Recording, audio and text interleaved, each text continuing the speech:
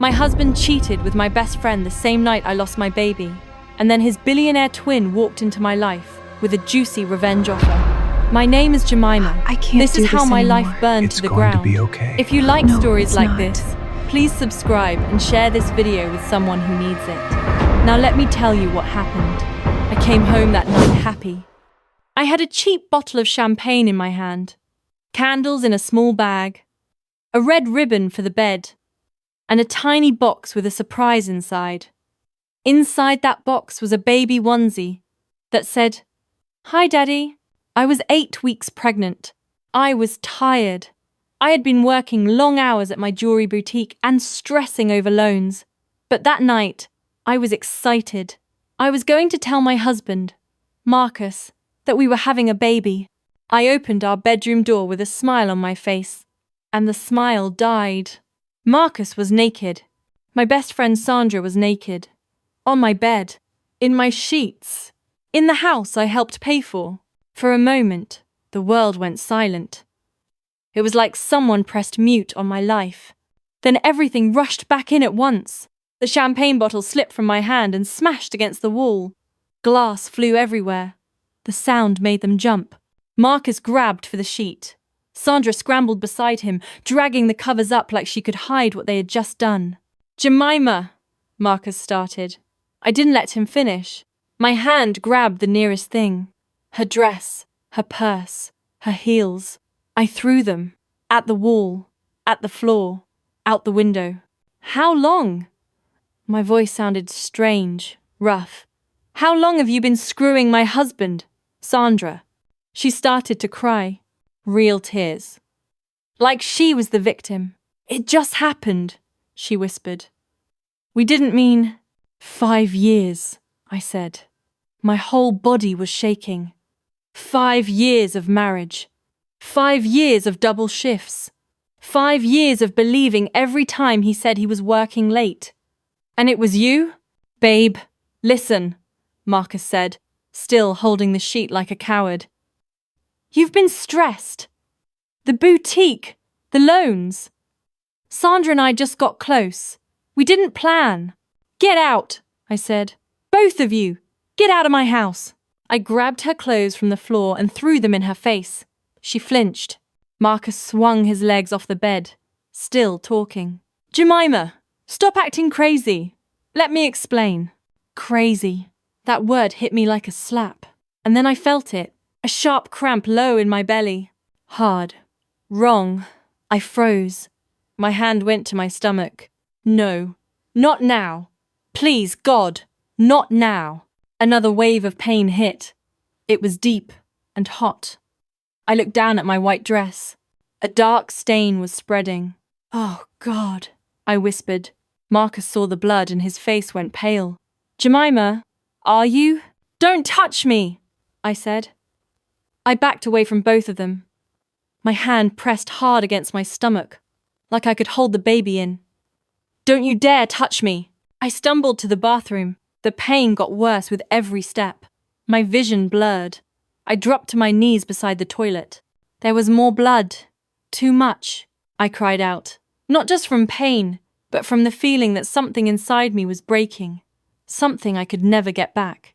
That night, under the harsh white lights of the emergency room, I lost the tiny life I had not told anyone about. I lost my baby. I lost my marriage. I lost my best friend. All in one night. The doctors were kind. "It's not your fault. These things happen. Don't blame yourself." I smiled and nodded. Inside, I blamed myself for everything. The divorce that followed was war. Marcus's family had old money.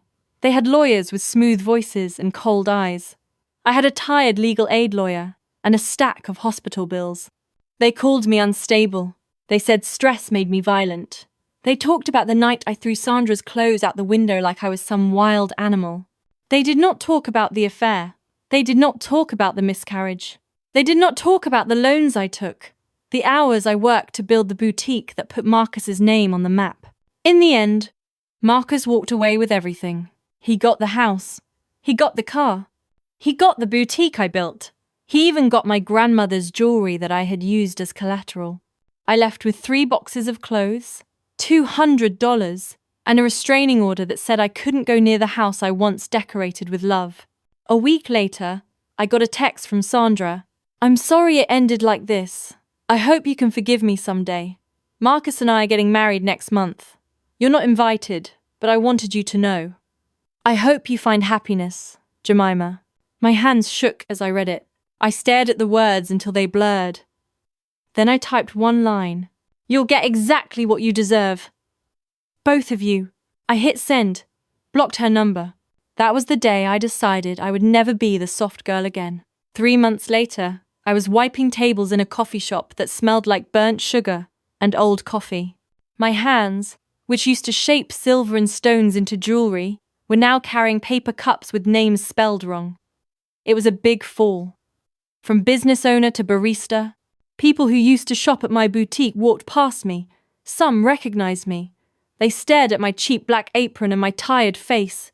I told myself this was temporary, just a season, but it hurt.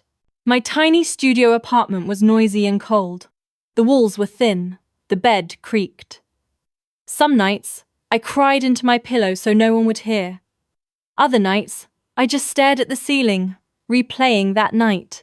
Marcus's face, Sandra's tears, the blood on my dress.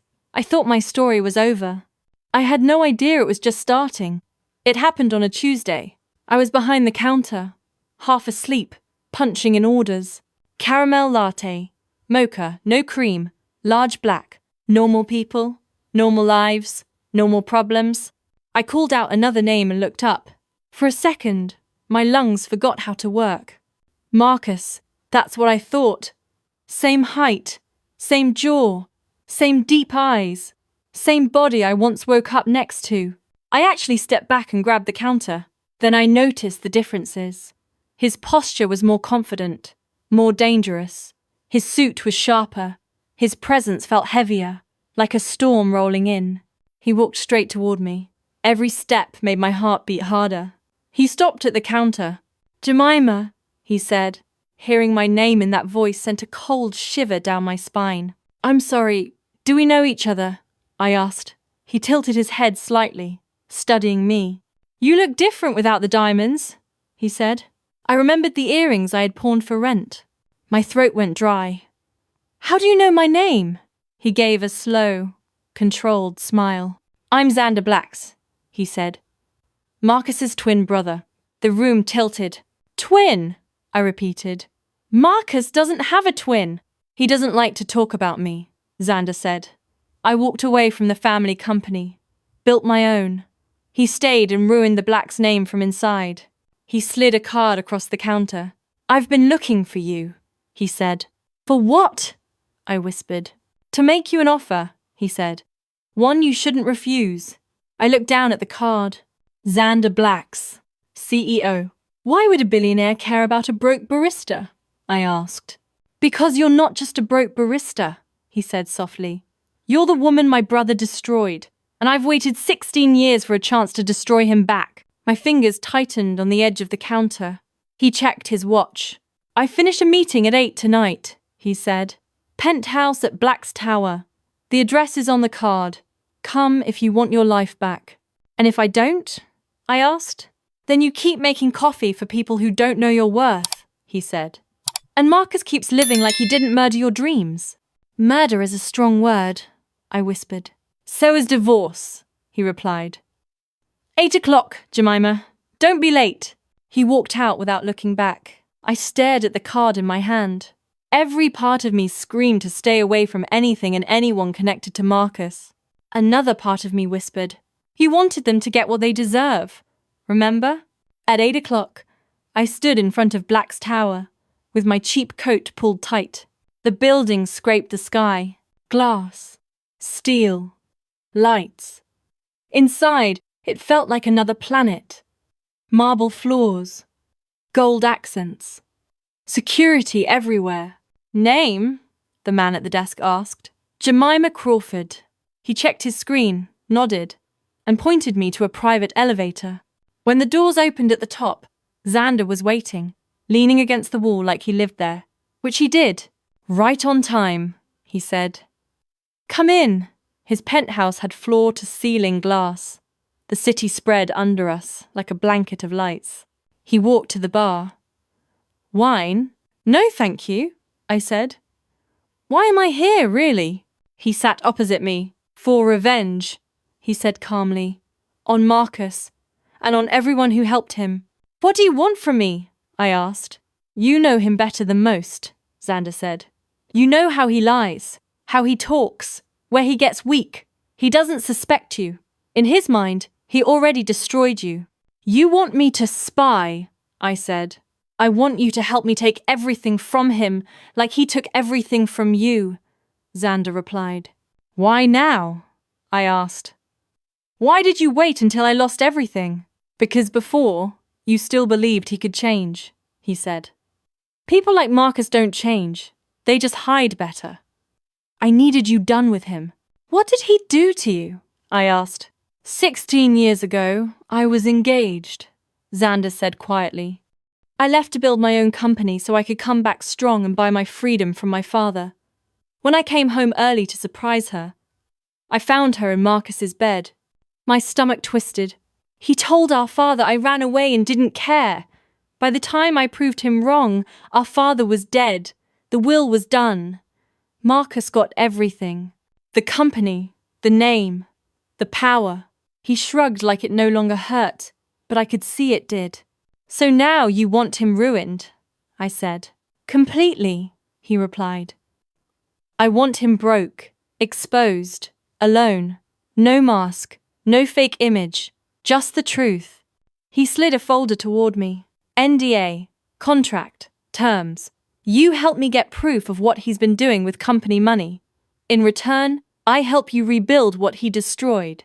Your boutique, your name, your life. How much? I asked. 50,000 a month while the plan runs, he said, like it was nothing. That's insane, I whispered. That's pocket change, he replied. I held the pen but stopped. Can I trust you? I asked. No, he said simply. You shouldn't trust anyone in my family, but you can trust what I want. I want Marcus ruined. That part is real. I thought of the night in the hospital. I thought of Sandra's text. I thought of Marcus laughing in court while I broke inside. I picked up the pen and signed. The job came fast. Xander made calls. Suddenly, a fancy country club wanted to hire me as staff. You come, highly recommended, the manager said. I smiled and pretended to believe him. The club was rich people heaven. Soft carpets, perfect lawns, men in expensive suits pretending to be important. My job was simple. Serve drinks, smile, listen. It didn't take long for Marcus to walk in. Sandra was on his arm, her belly round now. She glowed, he glowed. My stomach twisted, but I kept my face calm. Sandra saw me first. Jemima? She gasped. What are you doing here? Working, I said. We can't all marry up. Her mouth fell open. Marcus turned. For a moment, I saw shock. Then that cruel little smile. Well, well, he said loudly. Look at you, serving drinks. I told you she'd land on her feet, babe. Isn't this cute? His friends laughed. Careful with her, he added. She's unstable. We had to get a restraining order, remember? I wanted to throw the drinks in his face. Instead, I said calmly, the restraining order is for your house, Marcus. This is a public place. I checked. Don't worry. I'll stay out of your way. Then I walked off. That night, I went to Xander's penthouse. How bad? He asked, opening the door. Bad, I said. He's smug. They're happy. She's pregnant. He nodded once. Good. Smug men leave footprints. I tried to be strong, but the image of Sandra's round belly broke something in me. I sat on his couch and cried. Ugly, shaking sobs I couldn't hold back. He didn't say much. He just sat next to me and handed me tissues until I could breathe again. When I calmed down, I wiped my face. Better? He asked. Not really, I said, but emptier. Less room for guilt, he said quietly. His hand lifted and he wiped a tear from my cheek. His fingers lingered.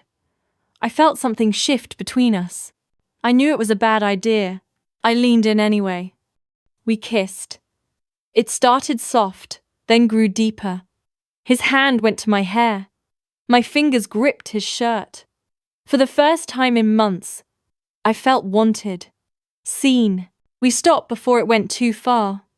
That night, we just kissed and then fell asleep on the couch, wrapped in a blanket. In the morning, he stood in front of me in a suit, looking serious. "This complicates things," he said. "Does it have to?" I asked. "Yes. Marcus can't know about us." "Not yet," he said. "We pretend. Until this is over." So we pretended. At the club, I watched Marcus. He was careful. Too careful. He stepped away to take calls. He used vague words. He never left papers around. But careful men still slip. One afternoon, he argued with a partner on the terrace. "You told me that money was clean," the man hissed. "Relax," Marcus snapped. "No one can trace it. It's buried." That word stuck in my mind. Buried. As I passed them with a tray, I caught a glimpse of his phone screen. Cayman account. Numbers. Initials. I memorized what I could and told Xander that night. "It matches something I've been tracking," Xander said, pacing. "This helps." Weeks passed. I watched. I listened. I sent Xander everything. Then came the charity gala. "Wear this," Xander said, dropping a black garment bag on his bed. Inside was a black silk dress that looked like sin. Low back, low front. "I can't wear this," I said. "You can and you will," he replied. "Marcus needs to see you didn't break. Tonight, we take back the story. Hair, makeup, diamonds at my neck. When I looked in the mirror, I almost didn't recognize myself. "You look like someone he can't afford to underestimate," Xander said. The gala was full of cameras and whispers. From the minute we walked in together, people stared. "Is that Jemima? With Xander Blacks? Didn't she go crazy? Didn't he vanish years ago?" We hadn't walked far when I saw him. Marcus. He stood near the bar with Sandra. Her dress hugged her baby bump. For a second, I couldn't breathe. He saw me. The glass slipped from his hand and shattered. Champagne and blood dripped onto the floor. His eyes were wild. "Showtime," Xander said. He turned me toward him and kissed me. Right there, in the middle of the room. It was not a soft kiss. It was bold, clear, impossible to ignore. Phones came out. People whispered. Gasps filled the room. Marcus stormed over. "What do you think you're doing?" he shouted. "Having a nice evening," Xander said calmly. "You? With her?" Marcus pointed at me. "She's my ex-wife." "Your loss," Xander said. "My gain." Sandra grabbed Marcus's arm. "Marcus! Stop!" I looked at them and felt something new. Not pain, not jealousy, just a cold kind of freedom. "You mean how could I kiss someone who actually treats me like a person?" I said. "Relax. They may share a face, but Xander is better at everything." People laughed. Someone whistled. Marcus shook with rage. "You're doing this to hurt me," he spat at Xander. "You did that yourself," Xander replied. "I'm just turning on the lights." Security stepped in before Marcus could lunge at us. By morning, the video was everywhere. Cheating husband's twin steals ex-wife. Crazy ex-wife upgrades to billionaire. Marcus hated it. We knew because his reactions came fast. First, I got fired from the club. "We no longer need your services," the manager said without meeting my eyes. Then my landlord raised the rent to a number I couldn't afford. Worst of all, a gossip site posted a story with a grainy hospital photo of me on a stretcher, dress covered in blood. Unstable ex-wife loses baby in meltdown. Now seduces husband's twin. My Enton. My stomach turned. I showed it to Xander, my hands shaking. His face went blank. "Stay here tonight," he said. Then he made calls. A lot of them. Within hours, the article disappeared. The reporter, resigned. A news story appeared. Businessman impregnates mistress, causes wife's miscarriage. With timelines, with receipts, with proof. Comments flipped. Homewrecker, karma, poor Jemima. You didn't have to do that, I told Xander. I did, he said. He made you bleed in public, I answered. I should have felt happy, but the emptiness inside me stayed. The final blow came from a folder I almost threw away. It was full of old papers from the marriage, bills, contracts, insurance policies. I was sorting them when I saw it. My name, a huge number. One word that made my skin go cold. Beneficiary. Marcus Blacks. Amount. 10 million. A life insurance policy. On me. Signed 1 week before I caught him with Sandra. Xander, I called, my voice thin. Look at this. He read it. His jaw clenched. Unbelievable, he said. He really did it. What is it? I asked, though I already knew. He insured your life for 10 million, Xander said. Right before you went crazy and lost the baby. If you had died that night, he would have walked away rich, with a new wife and a clean story. Everyone would have blamed your mental health. The room spun. So I almost died for profit, I whispered. You almost died because he's a monster, Xander said. The money just made him worse. He called his lawyers and his contacts again. This time, police got involved. They gathered the policy, hospital records, witness statements. It didn't take long. Marcus was arrested outside his office. The video hit the news. Sandra screamed in the background. Reporters shouted questions about fraud and murder plots. I watched from Xander's couch. It's over, I whispered. Now people see him for who he is, Xander said. Sandra lost the baby 2 weeks later. They said it was stress. Part of me wanted to feel sorry for her. Most of me didn't. Months passed. The trial date was set. Evidence piled up. Marcus stayed in jail. Meanwhile, my life started to shift. One day, Xander took me back to the building where my boutique used to be. Why are we here? I asked. Because it's yours, he said. I bought it. Why would you do that? I asked. Because you built your life here, he said. You're going to build it again. He hired workers, designers. He handed me the keys and stepped back. You run the show, he said.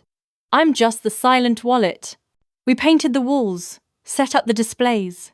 I designed a new line called Phoenix Rising.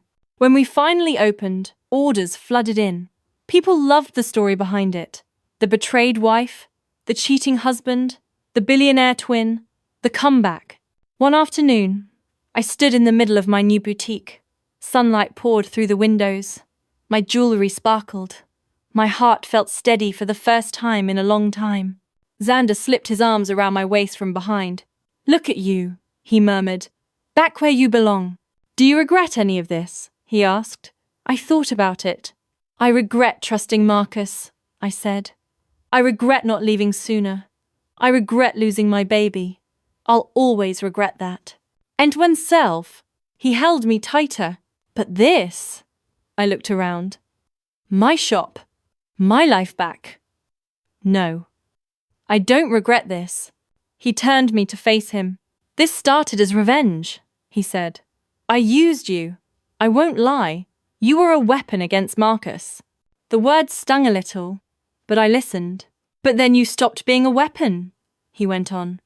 You became the only person I think about when I wake up. The only voice I want to hear when my day falls apart. The only one who looks at me and doesn't see my brother first. His eyes were serious. I'm not a good man, Jemima, he said. I hold grudges. I love war. But I love you too. And I don't know how to do it gently. My eyes filled with tears. Say it again, I whispered. I love you, he said. Not as a tool. Not for revenge. As the woman who walked into my life bleeding and refused to stay on the floor. I laughed and cried at the same time. You are a manipulative billionaire with issues, I said. I know, he replied. I love you anyway, I told him. I think I started falling the night you sat with me while I cried over the people who broke me. He kissed me. This time, the kiss wasn't about making anyone jealous. It wasn't about revenge. It was just us. From the outside, our story still looks crazy. I divorced my cheating husband. His billionaire twin fell for me. But that's not the real twist. The real twist is this. I thought I needed to destroy Marcus to heal. I thought I needed to see him suffer to feel whole again. But in the end, what healed me was not his downfall. It was building something that had nothing to do with him. My own shop, my own name, my own life, my own love. Sometimes, late at night, I still see blood on white fabric when I close my eyes. Trauma doesn't disappear just because life gets better. But now, when those memories come, there's another image too. Me turning the open sign on my door. Xander sitting at the counter, pretending to read a file while watching me. Customers trying on pieces that carry my story. Marcus once said, "The best revenge is living well," like it was an insult. Like he was telling me to go live a small, quiet life and stay out of his way. He was half right. The best revenge is living well. But it's more than that. It's living so well that the people who hurt you choke on their own envy when they see you shine. I divorced my cheating husband. His billionaire twin fell for me. But my real victory was this. I stopped needing Marcus to pay. I stopped needing him at all. I built a life where his name doesn't matter. That's when I finally won. If you listened to this till the end, thank you. If you enjoy stories like this, please subscribe, like this video, and tell me in the comments where you're watching from.